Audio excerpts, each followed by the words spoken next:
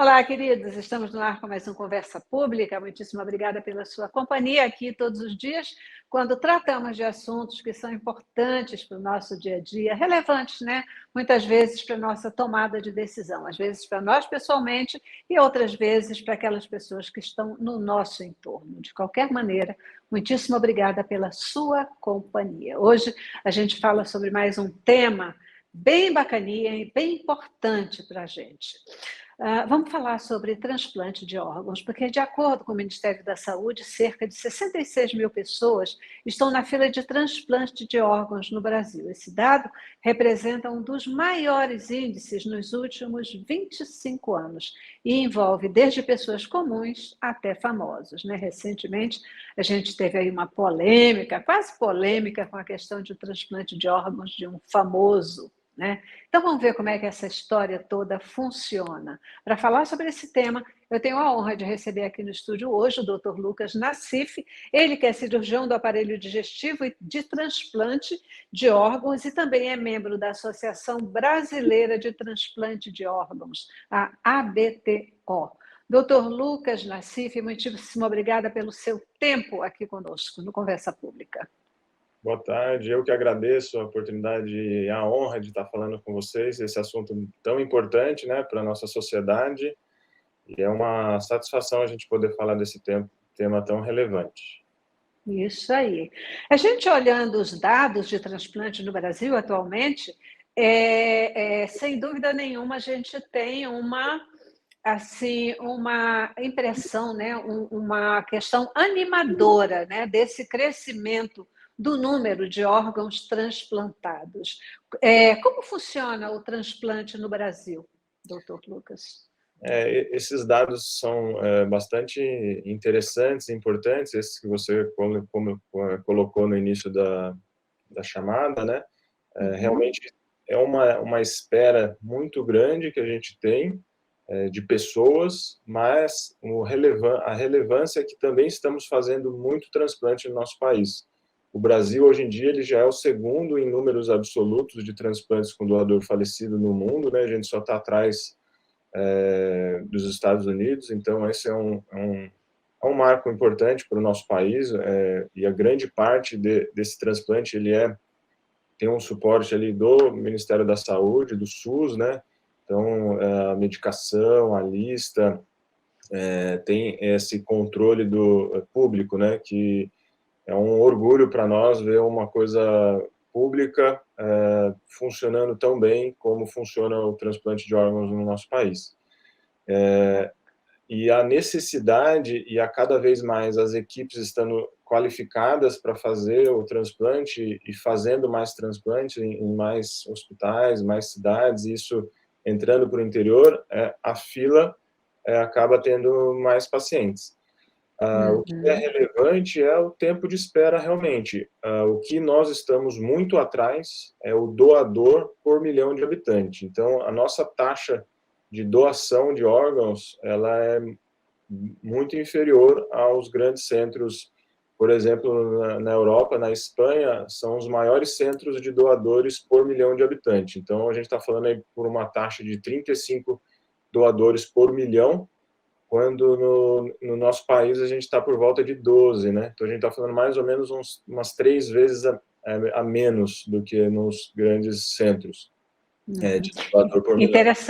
Interessante, né? Porque ao tempo em que a gente está no segundo lugar né, do ranking mundial em termos de transplantes realizados, a gente está tão carente de doadores também, né? É tão distante, uma discrepância enorme para os líderes mundiais assim dessa questão de doação de órgãos. Eu acho que merece destaque, doutor Lucas, também a questão do profissionalismo dos nossos médicos, né? O Brasil ele lidera a questão de transplantes há muito tempo, não é mesmo? É daqui que parte o primeiro cirurgião, por exemplo, de coração? O Brasil ele é pioneiro em muitas áreas do transplante, né? Do INCOR com o professor Zerbini, o transplante de fígado também, que é mais a minha área, né? Com o professor Silvano Raia, ele foi o primeiro que teve publicação, até saiu no Lancet, do primeiro Interviews no mundo, imagina? Hoje já é um transplante que é tão realizado no mundo inteiro. Lá no Oriente é muito mais comum, pela parte cultural, o doador vivo do que o doador falecido, e esse primeiro transplante foi registrado no Brasil, né? O Brasil, com as séries aqui em São Paulo, no Hospital das Clínicas, iniciou com transplante, a gente está falando ali na década de 60, 70, né? Já os médicos do hospital já se aventuravam nesse mundo inovador dos transplantes, naquela época, com muita dificuldade, né? Um procedimento que, na época, eles demoravam ali 30 horas, era muito suporte do hospital inteiro, do banco de sangue inteiro. Hoje em dia é muito controlado, né? Uma cirurgia hoje em dia, um transplante acaba podendo ser feita em algumas horas, né? Às vezes sem nenhuma transfusão, que antigamente era um dia, usava quase todo o banco de sangue do hospital, né? Então é uma inovação, uma segurança, realmente um desenvolvimento de tecnologia, de segurança, de vários processos que, com o decorrer dos anos, né, a gente está falando aí de meio século, né, de evolução, até mais, né, a gente está falando quase de um século já, de 70 anos aí desse desbravamento, né, nessa área. É tão importante isso que você está falando, doutor Lucas, que a gente ouve, né? Normalmente, pessoas saem do Brasil para irem para outros países fazer determinadas cirurgias, mas no caso de alguns transplantes, a gente vê pessoas que vêm de fora para cá, para o Brasil, fazer transplante aqui, em função da expertise dos nossos profissionais, né? Isso é motivo de orgulho, com certeza. O Brasil, né, até para aqueles termos, aquelas taxas lá de doadores por milhão, né, e de números de transplantes realizados, o Brasil, por ser um país continental, né, nossa extensão é tão grande, a nossa população é tão grande, a gente está ali em números competindo às vezes, com o continente europeu inteiro, por exemplo, né, então por isso que as nossas taxas, a gente fica aquém do que a nossa população pode entregar. Não que estamos ruins, por exemplo, na cidade de São Paulo, no estado de São Paulo, que a gente faz, né? Se a gente fosse um país isolado, a gente estaria em níveis melhores, mas como nossa população e nosso país é tão grande, tem uma população tão grande, essa informação ela tem que ser divulgada para o nosso país de ponta a ponta, De né? ponta, isso, isso. O Brasil, ele é uma referência realmente na América do Sul, né? Vem realmente bastante pacientes na realidade, na América do Sul vem se desenvolvendo os transplantes também em algumas capitais, cidades, né? Como na Buenos Aires tem um centro grande, Santiago fazem também, na Cidade do México tem centros grandes, principalmente de rim, né? São transplantes de cidades que fazem um número bem considerável. O Peru, o Equador, tem bastante médicos que vieram fazer a expertise, o treinamento no próprio Brasil e volta para os seus países desenvolvendo essa área do transplante lá, né? Então, o Brasil, ele além de fazer, de entregar, é um centro formador dessa tecnologia, desse desenvolvimento na área do transplante dentro da América do Sul, né? Maravilha, realmente isso é motivo de orgulho para todos nós brasileiros, né? A gente precisa se orgulhar daquilo que a gente efetivamente faz bem. A gente está falando sobre a questão do transplante aqui no Brasil, né? O Brasil tem sido relevante, extremamente relevante nesse assunto, realizando um número significativo de transplantes, e esse número ele vem crescendo de uma forma bem bacana. Como disse o doutor Nassif no outro bloco, nós, além de fazermos, nós brasileiros, né, o Brasil, além de fazer muitos transplantes, o segundo no ranking mundial, ele é formador de profissionais nessa área de atuação. Doutor Lucas, quais são, na verdade, assim, os maiores desafios que a gente enfrenta para a doação de órgãos? Acho que principalmente a informação, o esclarecimento naquele momento, né? O momento de uma tristeza de uma família, de um ente querido, é um momento crucial ali para a gente conseguir salvar e proporcionar uma cura para, às vezes, até 10 pessoas, né?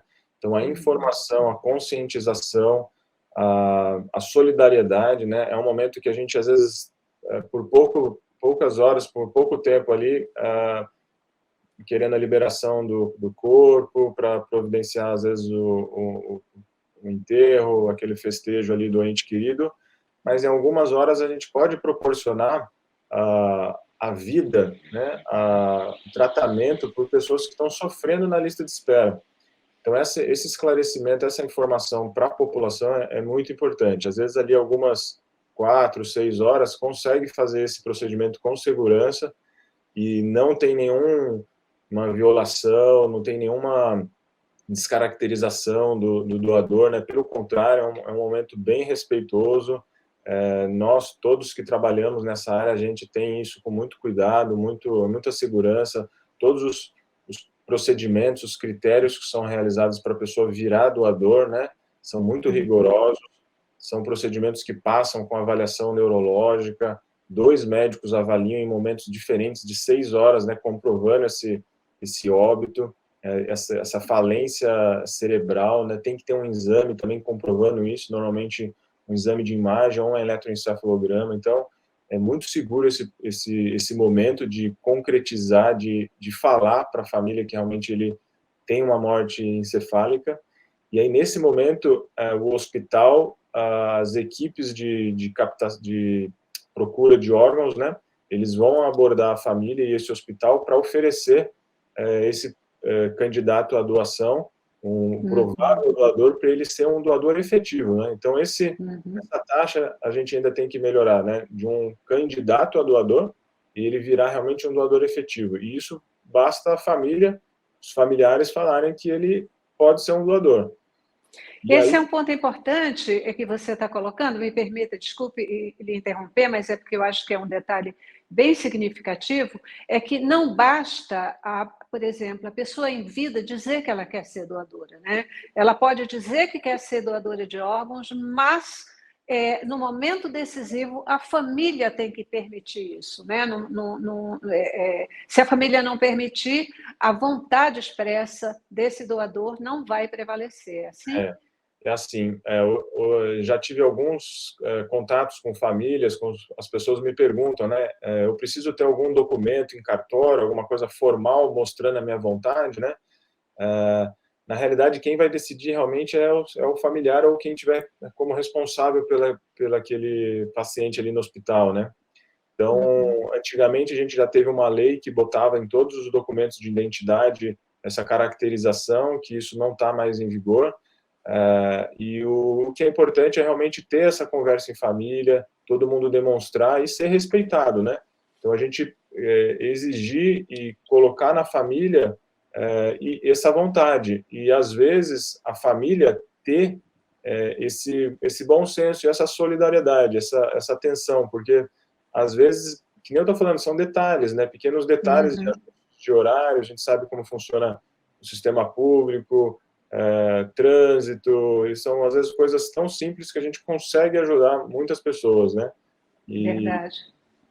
E é realmente o familiar que vai concretizar ali a liberação, né? Uhum.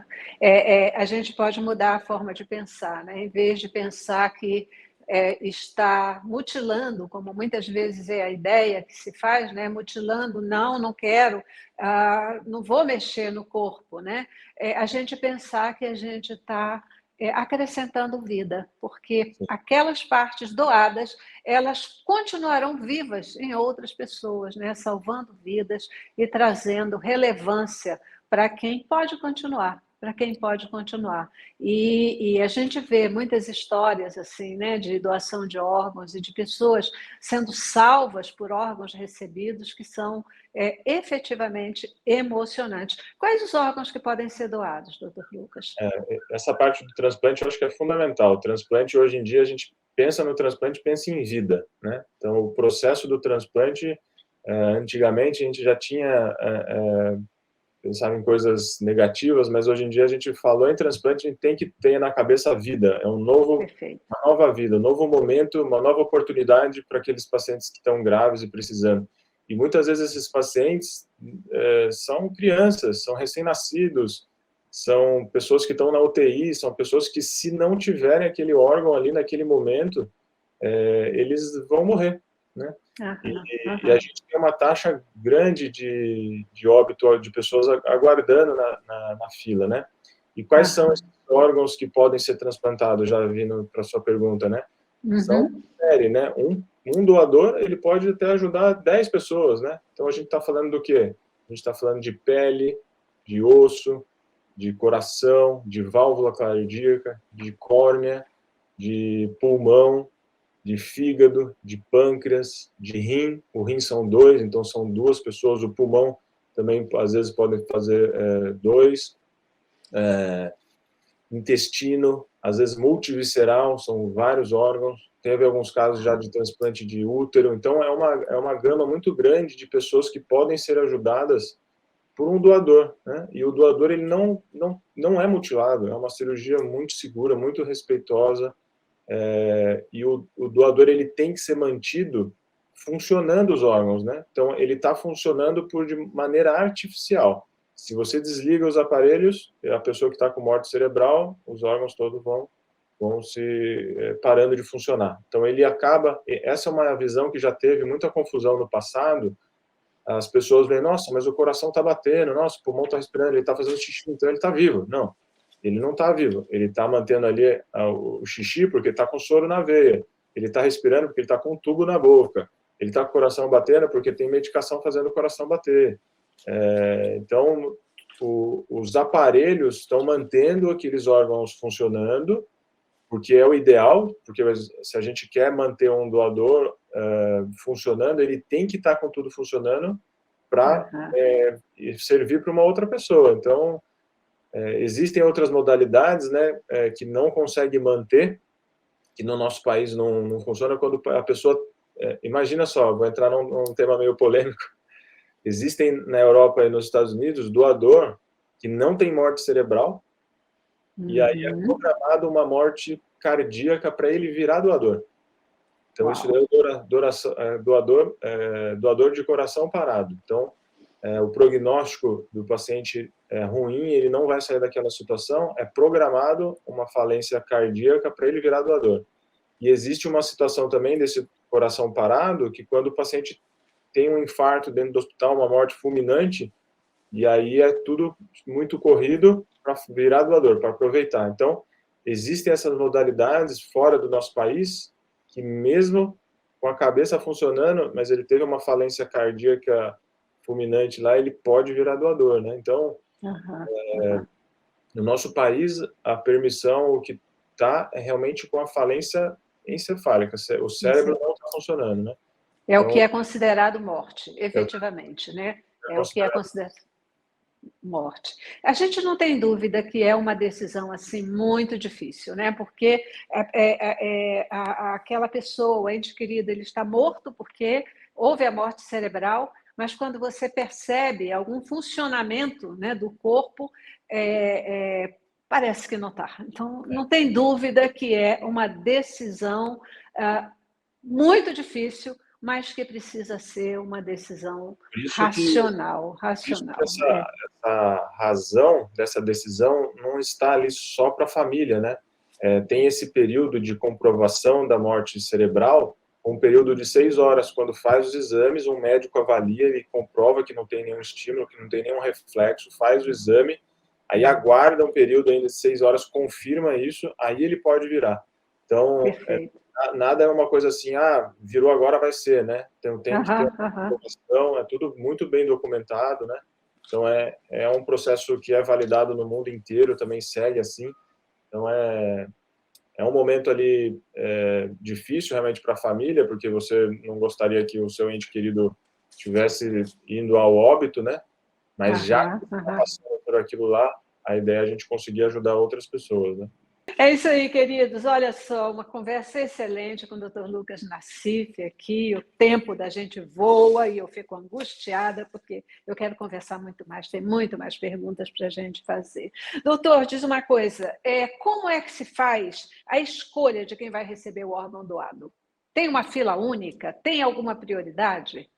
Sim, a lista ela vai muito de acordo com o tipo sanguíneo dos pacientes e o tipo de órgão, né? Então, cada órgão tem uma priorização, cada órgão segue um tipo específico de situação, né? Por exemplo, os rins, eles são todo por tipo sanguíneo e também por uma compatibilidade do sistema imune do paciente, que tem feito uma avaliação de compatibilidade entre o doador e o receptor, e aí entra numa ordem cronológica esses pacientes para aguardar. Já alguns órgãos que, se o paciente não fizer o transplante, ele falece, diferente do rim, que ele pode fazer a diálise, né? Por exemplo, o fígado, o coração, ele, quanto mais grave é esse paciente, ele pula na frente das pessoas que estão em casa numa situação melhor. Quais são esses pacientes mais graves? Normalmente são pacientes que estão na UTI, precisando de aparelhos, né? Então, decorrente de uma falência ali do órgão, né, ou do coração, ou do fígado, esses que têm essa gravidade, o paciente, quanto mais grave, ele está mais na frente numa priorização na fila.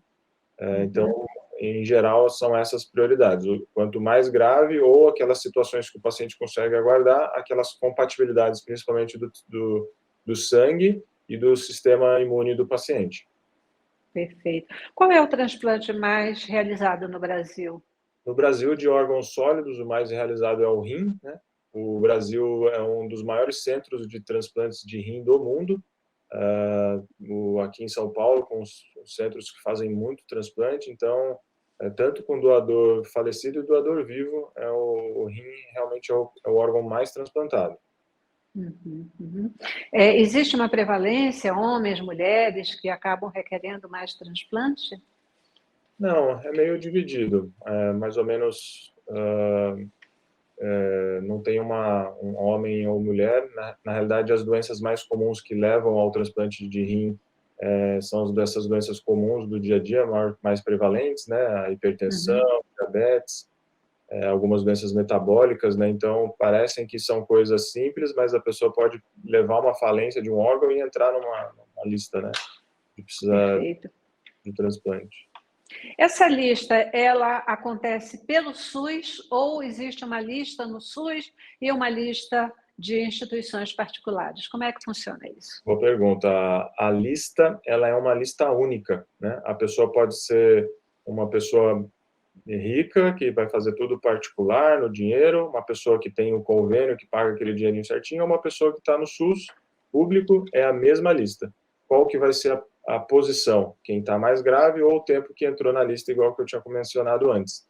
Então, a lista é uma lista única, que não tem diferenciação pela parte financeira. Perfeito, perfeito. Essa é realmente uma informação importante, né? Porque às vezes, que foi o que causou polêmica aí no famoso há pouco tempo, né? Que todo mundo começou a achar que ali tinha uma prioridade por questões mais financeiras. Doutor Lucas Nassif, meu tempo já acabou. Aí eu tenho que dizer assim, seu recado final para o nosso telespectador.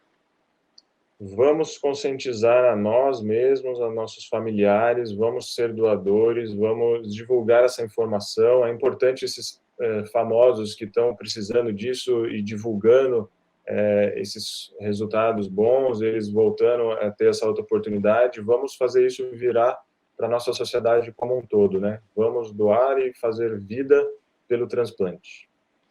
Eu me dou conta de que talvez mais importante do que eu tomar a decisão de ser uma doadora de órgãos é eu trabalhar a minha família com essa questão, estimulando-os a não impedir que isso aconteça no momento que puder efetivamente acontecer, né? Porque é isso que vai fazer com que esse meu desejo de ser um doador, ele efetivamente se realize.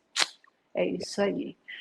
Muitíssimo obrigada, Dr. Lucas Nassif. Dr. Lucas, ele que é um especialista, né, em cirurgias, deixa eu pegar o crédito direitinho. Ele é cirurgião do aparelho digestivo e também transplante de órgãos e é membro da Associação Brasileira de Transplante de Órgãos. Mais uma vez, muitíssimo obrigada pela sua presença e informações aqui conosco, Dr. Lucas. Tá bom? Isso aí. Isso aí. E obrigada a você também que participou conosco no Conversa Pública de hoje. Até a próxima.